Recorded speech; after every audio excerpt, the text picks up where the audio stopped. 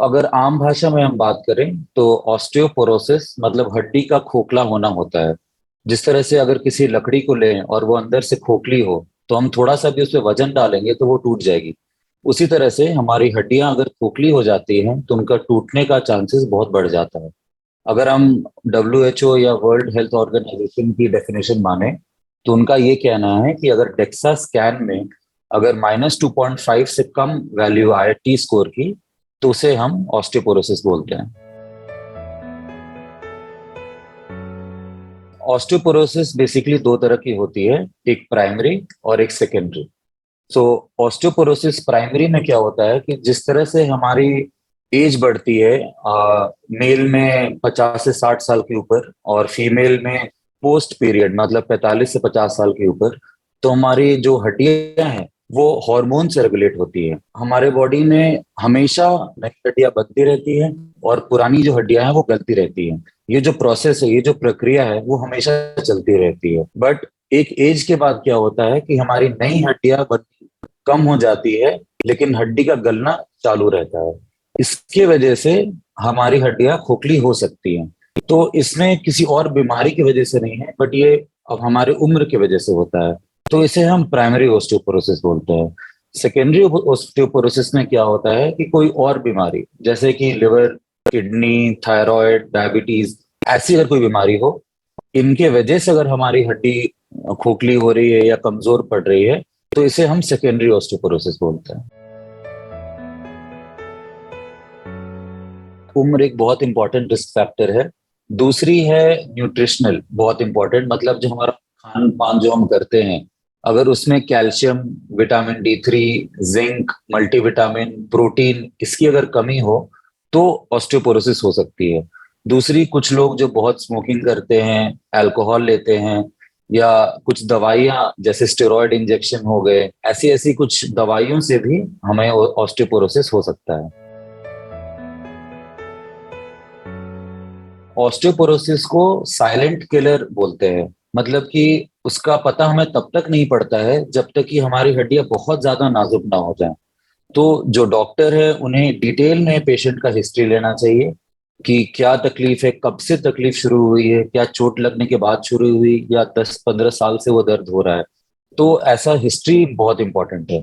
दूसरा, लक्षण में पेशेंट को बहुत ही वेग सिम्टम्स होते हैं, जैसे फटीग, जल्दी थक जाना, उनका हाइट कम होना। कुछ लोग को आपने देखा होगा आगे की तरफ झुक जाते हैं वो, और उनके बदन में हमेशा कभी न कभी कभी हाथों में दर्द होगा, कभी कमर में दर्द होगा, कभी गले में दर्द होगा।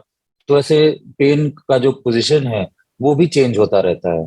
तो डॉक्टर को पेशेंट का हिस्ट्री डिटेल में लेना बहुत जरूरी है, और जो भी इसके टेस्ट्स हैं वो हमें कराना चाहिए टू कंफर्म कि उनको ऑस्टियोपोरोसिस है। पहले मैं उनका हिस्ट्री डिटेल में लेता हूँ कि कब से दर्द हुआ, क्या हुआ, कुछ चोट लगी, कुछ इन्फेक्शन हुआ, ये सब पूछता हूँ मैं। अगर इन सब का रीजन नेगेटिव होता है, मतलब कभी चोट नहीं लगी, कभी और कुछ नहीं हुआ, फिर भी दर्द हो रहा है, तो मैं पता करना चाहता हूँ कि वो कौन सी ऑस्टियोपोरोसिस है, अगर है तो प्राइमरी है या सेकेंडरी है। प्राइमरी के कॉज जैसे आपको बताया वो उम्र के हिसाब से होता है, और अगर सेकेंडरी है तो शुगर है, बीपी है, थायराइड है, उसके अकॉर्डिंग हम लोग उनका जांच कराते हैं, टेस्ट कराते हैं। और ऑस्टियोपोरोसिस को डायग्नोस करने के लिए दो सबसे महत्वपूर्ण टेस्ट हैं, पहला एक्सरे और दूसरा डेक्सा स्कैन। डेक्सा स्कैन में अगर उसकी वैल्यू -2.5 से कम है तो ऑस्टियोपोरोसिस है। अगर उसकी वैल्यू -3.5 से कम है तो उनको सीवियर ऑस्टियोपोरोसिस है, जिसमें फ्रैक्चर होने के चांसेस बहुत ज्यादा बढ़ जाते हैं। ऑस्टियोपोरोसिस का ट्रीटमेंट बिल्कुल संभव है। एक बार आपके डॉक्टर ने आपको डायग्नोस कर लिया कि आपको ऑस्टियोपोरोसिस है, फिर हम पता करते हैं प्राइमरी है या सेकेंडरी।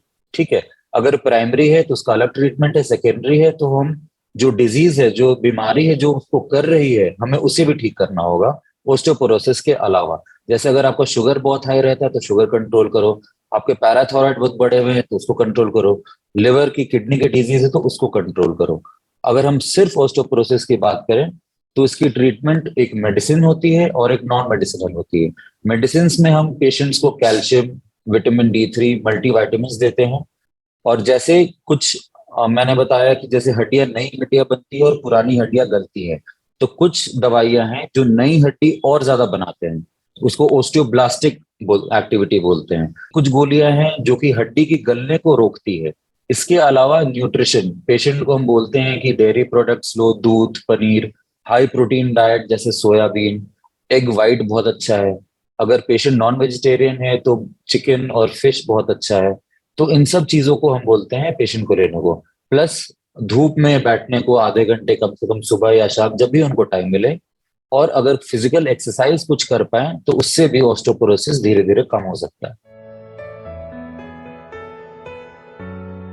जब भी एक पुरुष की उम्र 50 से 60 साल से ऊपर हो जाए, या पीरियड्स खत्म हो जाए महिलाओं में जो 45 से 50 साल के बाद होता है, अगर उनके न्यूट्रिशन जैसे कि कैल्शियम, प्रोटीन, अच्छी डाइट वो मेंटेन करेंगे तो इसके चांसेस होने के कम है।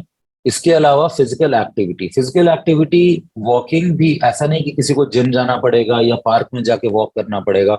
अगर घर के आंगन में भी वो 15 से 20 मिनट रोज चले तो वो काफी अच्छी एक्टिविटी हो जाती है उन पेशेंट्स के लिए। तीसरा बहुत इंपॉर्टेंट है कि उन पेशेंट्स को हमें गिरने से बचाना है। तो छोटी छोटी चीजें जैसे बाथरूम सूखी होनी चाहिए, वेट नहीं होनी चाहिए, फ्लोर स्लिपरी नहीं होना चाहिए। अगर कुछ पेशेंट को बैलेंस में प्रॉब्लम है तो उनको वॉकर देना चाहिए, उनको स्टिक का सपोर्ट देना चाहिए, सो दैट वो गिरे नहीं। क्योंकि अगर इन पेशेंट्स में अगर फ्रैक्चर होता है तो उसका मैनेजमेंट बहुत डिफिकल्ट होता है, क्योंकि एक हड्डी बहुत कमजोर है, उसको जोड़ने में तकलीफ होगी। और अगर हम ऑपरेशन भी करते हैं तो चूंकि हड्डी इतनी कमजोर है तो उसके स्क्रूज लूज होने के चांसेस हैं।